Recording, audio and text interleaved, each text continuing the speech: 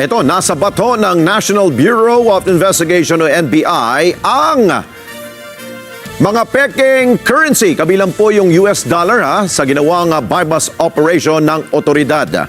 Kaya kunin natin ang live report ni Erlo Bringas. Erlo, bukod dun sa nakuha mga peking pera, may suspect bang nahuli? Alex, isang suspect nga aga na aresto ng National Bureau of Investigation sa ikinasa nilang buy-bust operation sa bahagi ng Pasay City nitong nagdaang araw. Kaugnay pa rin nga ito ng pagkakakumpiska nitong mga peking dolyares ng mga otoridad. At bukod sa US dollar, Alex, may kasama pa silang nakumpiska na mga Malaysian ringgit, maging yung currency ng bansang Zimbabwe. At ayon sa mga otoridad, naniniwala silang hindi lang ito isa, kundi may mga kasamahan pa itong gumagawa ng modus.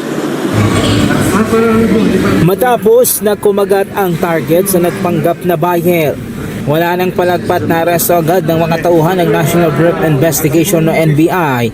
Ang lalaki na yan sa isang operasyon sa isang coffee shop sa Pasay City. Sangkot ang suspect sa umano'y pagbebenta ng mga peking US currency. Ayon sa NBI Criminal Intelligence Division, pinaghihinala ang sangkot ang suspect sa paggawa ng pagkakalat at pag-iingat ng mga peking US dollar notes at treasury bills. Ginawa ang halos 3 buwang investigasyon na kinabibilangan ng surveillance at ilang test by operation. Matapos pong ibigay sa aming ahente yung fake dollars at tanggapin naman yung mark money namin na worth almost 500,000 pesos, inaresto po nila. Inaresto po namin si Mr. Steve Reyes.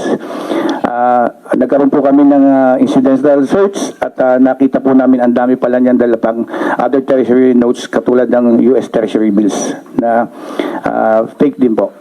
Sa pamamagitan ng mga undercover transaction na kumpirma ng mga investigador, ang umano'y pagkakasangkot ng suspect sa pagbebenta ng peking salapi.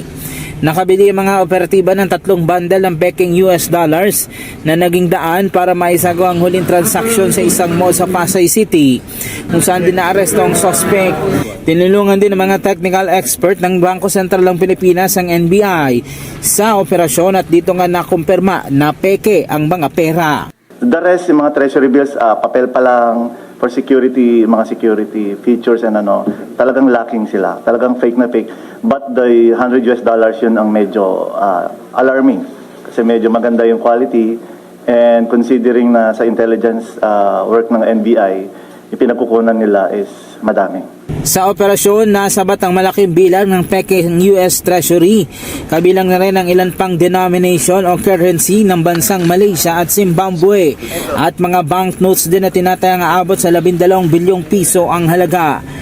Iniharap na sa inquest proceedings ang suspect sa Pasay City Prosecutor's Office para sa paglabag sa Article 168 ng Revised Penal Code o illegal possession and use of false treasury or banknotes and other instrument of credit.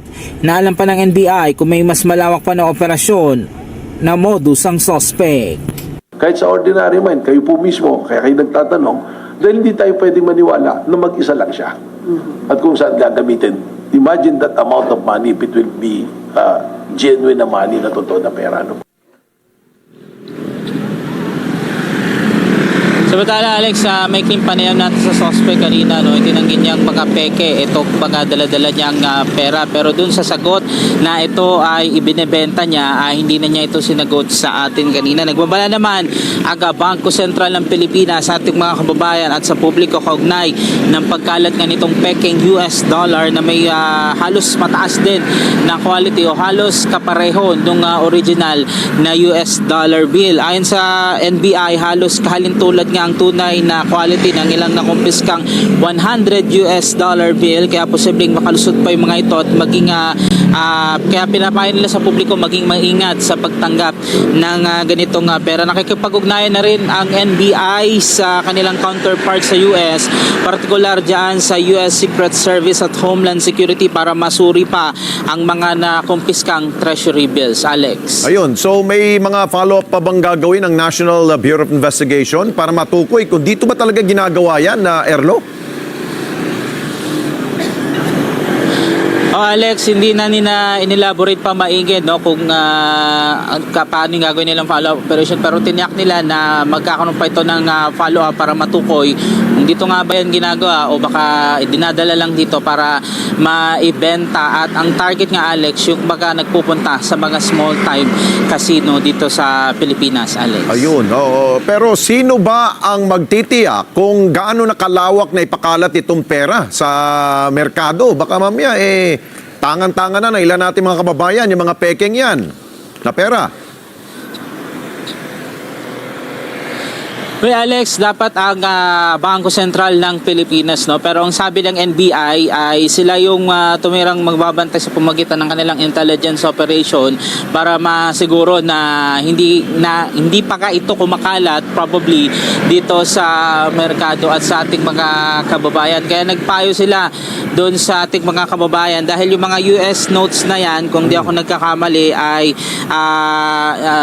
kumbaga inano pa yan nung 1930s pa, kaya may tuturing na fake dollar bills ng mga ito dahil meron na nga bagong uri ng dollar bill na nasa US ngayon, kaya itinuturing na peke ito ng mga otoridad, Alex. O siguro panghuli, Erlo, atin lang ha. What if kung merong ilan nating kababayan ang may hawak nito, tapos nalaman nila na peke pala, sila ba'y may pananagutan ba? O pwede silang makabawi? Mabawi nila kung ano yung na perang nailabas sila dito sa pagbili. Paano ba sistema? Nabanggit ba yan ng NBI?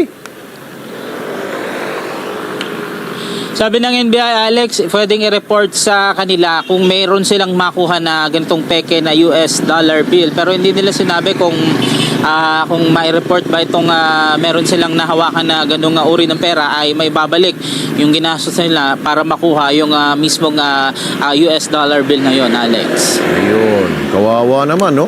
Parang biktima yung ating mga kababayan yan. Sige, follow up mo na lang, Erlo. Maraming salamat, Sir Erlo Bringas, mata natin dyan sa NBI.